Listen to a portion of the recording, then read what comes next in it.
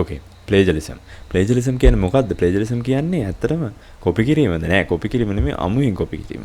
ප්ලේජරිසම් එකේදී ඔයාලා දැන් මොන හරි කාගේ හරි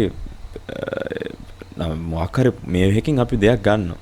අරගෙන ඒක කෙලින්ම ඒ මනුස්සයාට ක්‍රෙඩිට් දෙන්නෙත් නැහැ. ඒක වෙනස් කරනවා කියලා ලොකු වෙනස් කරන්නේ නැහැ. ඒක එහෙමම අමුයෙන්ම ගහනවා. එහෙමම ඔයාට කියලා ගන්නවා.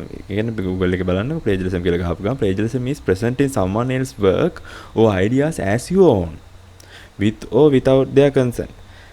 එහෙම අමුයෙන්ම කොපි කරන්න අපිට කිසිම අයිතියක් නැහැ. ඒක plagiarism, මේක ලොකු වැරද්දක්. යුනිවර්සිටිස් වලින් එහෙම කෙලින්ම ඔයාලා අයින් කරන්නත් පුළුවන්. වැඩ තහනම් මේව කරන්න පුළුවන්, විභාග තහනම් කරන්න පුළුවන්. ලොකු ප්‍රශ්නයක්. කොපි කිරීම නෙමෙයි plagiarism, ඊට එහා ගිය දෙයක්. ඕකේ. මමත් ටූල් එකක් දෙනවා ඔයාලට හොඳ plagiarism check කරන්න. මෙහෙම ගොඩක් වෙලාවට free tools තියෙන plagiarism කියලා Google එකේ ගහපු ගමන් මේ එනවා small plagiarism checkers, එතකොට duplicate checker අනම්මනම් ඔය free software. ඒ වලින් ඇත්තටම check කරාට plagiarism ඔයාලා හිතනවා දැන් මේ plagiarism නෑනේ, මේක ගැටලුවක් නෑ කියලා. හැබැයි මොකද වෙන්නේ, ඉන්ටර්නෙට් ඉන්න වගේ හොඳ software එකකින් check කරපු ගමන් යුනිවර්සිටි එකට යවලා submit කරලා ඒකේ අහුවෙනවා අර plagiarism පොලිමට. ඒ මොකද ඒ software වෙනම database වලින් වෙනම හදලා තියෙන්නේ. ඒක නිසා ඒක ප්‍රශ්නයක්. ඒක නිසා මම අද ඊට ටර්නිටින් තමයි හොඳ එකක් නෙමෙයි. හැබැයි සෑහෙන දුරට නිර්වද්‍ය හොඳ result එකක් ලැබෙන software එකක් දෙනවා. ඒක crack එකක්. ඒක crack එකක් ඔයාලා use කරන්න පුළුවන්, ගැටලුවක් නැහැ. කිසිම virus එකක් නැහැ. මම අවුරුදු ගාණක් use කරපු එකක්. ඒකේ ප්‍රශ්නයක්වත් නැහැ. හොඳටම ඒක scan වෙලා හොඳට perfect result එකක් එනවා. ඒ වගේමයි ඔයාලගේ ෆ්‍රී වයිරස් කාඩ් වලින් පොඩ්ඩක් ප්‍රශ්න එනවා නම් එහෙම ඒවා පොඩ්ඩක් తాවකාලික නවත්තලා ඔයාලට ඒක ඉන්ස්ටෝල් කරගන්න පුළුවන්.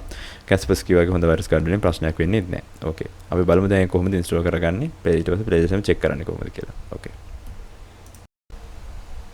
ඕකේ. ඔයාලා description එකේ link එක click කරපු ගමන් මෙන්න මේ වගේ එකක් open වෙනවා. මේකේ පළවෙනි එක, දෙවෙනි එක, තුන්වෙනි එක. ඔය කැමති එකක් තෝරන්න. ඒ වෙලාවට වැඩ කරේ නැත්තම් කියලා මම links උනක් දාන්නේ. මෙහෙම පළවෙනි එකට මම යන ඕන්න. ඊට ගමන් මොකද්ද කරන්නේ? copy කරා, paste කරා. යා ඒක mega drive එකේ link එක accept කරා. මෙතන මොකද්ද download කරා. okay. account හදන්න මොකුත් ප්‍රශ්නයක් නැහැ. කෙලින්ම එයා download වෙනවා. මෙන්න මෙහෙම ටක් ගාලා download වෙනවා. download වුණා ගමන් මොකද වෙන්නේ? ටිකක් වෙලා යනවා. ඔන්න මෙන්න තියෙනවා බඩු. හරි. okay. නැත්නම් ඔයාලට මේව නම් මේ අනිත් link දෙක දාපු ඒවා copy කරා, paste කරා.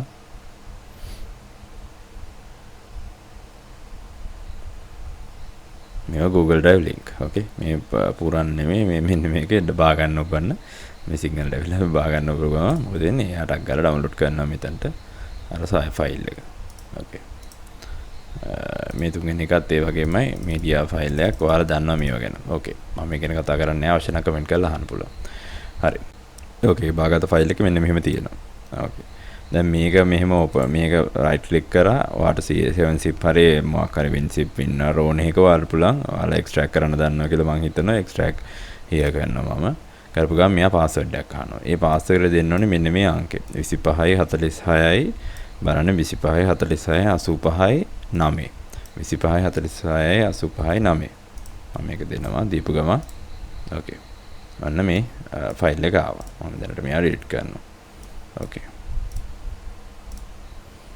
දැන් ඔයාලට පේනවා මෙන්න මෙහෙම තියෙනවා folder එකක් ඇවිල්ලා. මොකද කරන්නේ? ඔයාලා setup කරනවා.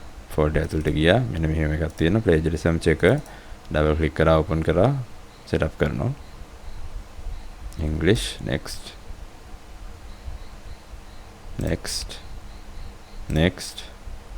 install. okay. launch කරන්න එපා. just launch කරන්න නැතුව මේ ටික එක අයින් කරලා finish කරන්න. okay. දැන් ඊට පස්සේ ඔයාලට මොකද්ද? මෙන්න මෙහෙම desktop එකේ ඔයාලට icon එකක් ඇවිල්ලා තියෙනවා. ඒක right click කරන්න. right click කරලා යන්න කොහෙටද properties වලට. properties වලට ගිහිල්ලා open file location කරන්න. open file location කරගන්න මෙන්න මෙහෙම එයාගේ ෆයිල් එක මේ මෙතන තියෙන තැන එනවා. okay. එහෙම කරපු ගමන් ඊට පස්සේ අර මේ folder එක වගේ අර extract කරන folder එක තියෙනනේ අන්න ඒකට යන්න ආපහු. ඒකේ තියෙනවා මේ crack කියන folder එක ඇතුලේ මේ අර plagiarism checker.exe ෆයිල් එක. ඒක මොකද කරන්න ඕනේ? copy කරන්න. ඔව් cut කරන්න. එයාම තියා.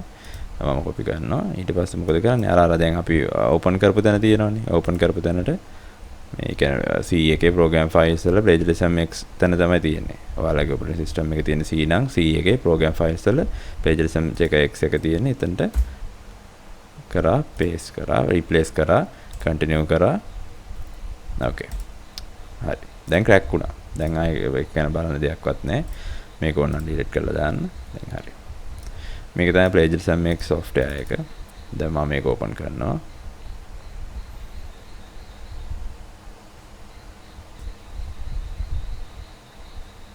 okay. මේ විදිහට මෙන්න open වුණා. okay මෙහෙම එනවා. මෙතන email එකක් ගහන්න.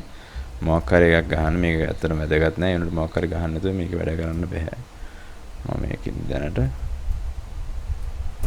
නිකන් එක email එකක් ගහන enter කරා. okay. මේ මේල දෙන cracked by මෙහෙමයි registered to blah blah කියලා. ඒක ගණන් ගන්න දෙයක් නැහැ. ඒක එතන ඉවරයි. මේ crack version එකක් තියෙන්නේ full version එක ඔයාලා ලැබිලා තියෙන්නේ. මේක educational purposes වලට විතරයි මම දීලා තියෙන්නේ. මේකෙන් commercial purposes කරන්න යන්න එපා. මේකේ විකුණන්න යන්න එපා. මුකුත් කරන්න එපා. මේක තියෙන්නේ ඉගෙන ගන්න වැඩ වලට විතරයි. okay. හරි. දැන් මෙතනදී ඔයාලට තියෙන මෙහෙම online plagiarism side by side comparison bulk search එහෙම. මම දැනට කියලා දෙන්නේ මේ online plagiarism එක මෙන්න මෙතන තමයි ඔයාලගේ content එක search දාන්න ඕනේ. දැන් මම මෙතන මෙන්න මෙහෙම PDF file එකක් open කරලා තිබ්බා. හරිද? මේ තියෙන්නේ මොකද්ද? කෙලින්ම document එකක්. මේ paper එකකින් ගත්ත එකක්. අපි ඒකේ දැන් මෙහෙම මොන හරි paragraph එකක් ගමු. මෙන්න මේ paragraph එක ගන්න ඕන. copy කරා. දැන් අපි ඒකේ plagiarism check කරොත් අහුවෙන්න ඕනේ. ඔන්න මේක අයින් කරනවා එහෙම backspace එකක් ගහලා ඊට පස්සේ කෙලින්ම මොකද කරන්නේ මේ auto දාන්න analyze it. අන්න එයාට අග්ගාර analyze කරගෙන යනවා. results එක මේ 100% ඔන්න තියෙනවා හොඳටම plagiarism. ඔන්න මෙයා කියනවා මොකද්ද? unique තියෙන්නේ 120යි 180ක් මේකේ plagiarism තියෙනවා කියලා. එයා එහෙමම create කරනවා මොකද්ද? report එකක්. plagiarism quantity එක 18% duplicate තියෙනවා. දිනේ මෙච්චර ගාණක් තියෙනවා. කොච්චර ගාණක් plagiarism තියෙනවද? sources තියෙනවා මෙතන. ඔයාලා මොනවද source එක තියෙන්නේ? ඒ කියන්නේ එයා කොහෙන්ද මේක හොයාගත්තේ? මේක මේ විදිහටම තිබ්බ source එක මොකද්ද කියලා ඔයාලා මේ link එක click කරලා කිසිම ගැටලුවක් නැහැ. යන්න පුළුවන්. ඒ link එකට ගිහලා බලන්න පුළුවන් මොකද්ද මේ PDF එක කොහෙන්ද ඒක අරගෙන තියෙන්නේ කියලා. okay. තාම detail පිට විස්තරයක් ලැබෙනවා. ඒක ලැබුණ නැත්නම් මේ detail report click කරපු ගමන් එතකොට මොකද වෙන්නේ? මේ ඒක නෝ. sorry. ඒක ඕනනම් අවශ්‍ය නම් ඔයාලට PDF file එකක් විදිහට මෙහෙම print කරලා print කරන්න හරි නැත්නම් save කරන්න හරි පුළුවන් print මේ PDF file එකක් විදිහට. okay. file එකක් විදිහට save කරන්න පුළුවන් කිසි ගැටලුවක් නැහැ. okay. දැන් ඒක තමයි මේ මෙතන නිකන් resource එක බලන්න පුළුවන්. හරි. මේ තමයි මේ software එක. එච්චරයි ඕක කරන්න තියෙන්නේ. වැඩි දෙයක් මුකුත් කරන්න දෙයක් නැහැ. okay. මම දැනට ඒක close කරනවා. මම ඔයාලට දැන් compare කරලා පෙන්නන්නම්. ඒක කොයි වගේද කියලා. දැන් මම copy කරාන එක. හරි. මේ තියෙන්නේ මම අර copy කරපු එක. දැන් මේ copy කරපු එක මම බලනවා මොකටද? මේ ටිකන් online එකකට දානවා. මේ තියෙන්නේ online එකට මම දැන් දාලා බැලුවා ඉස්සෙල්ලා. දාපු ගමන් දාලා මේ මොකද්ද? small SEO tools කියලා. I'm not robot click කරා check plagiarism කරා.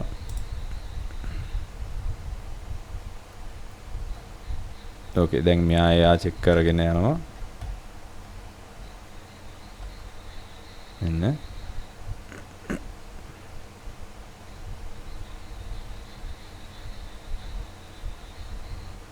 මේක නම් ඇත්තටම සෑහෙන දුරට සාර්ථකයි.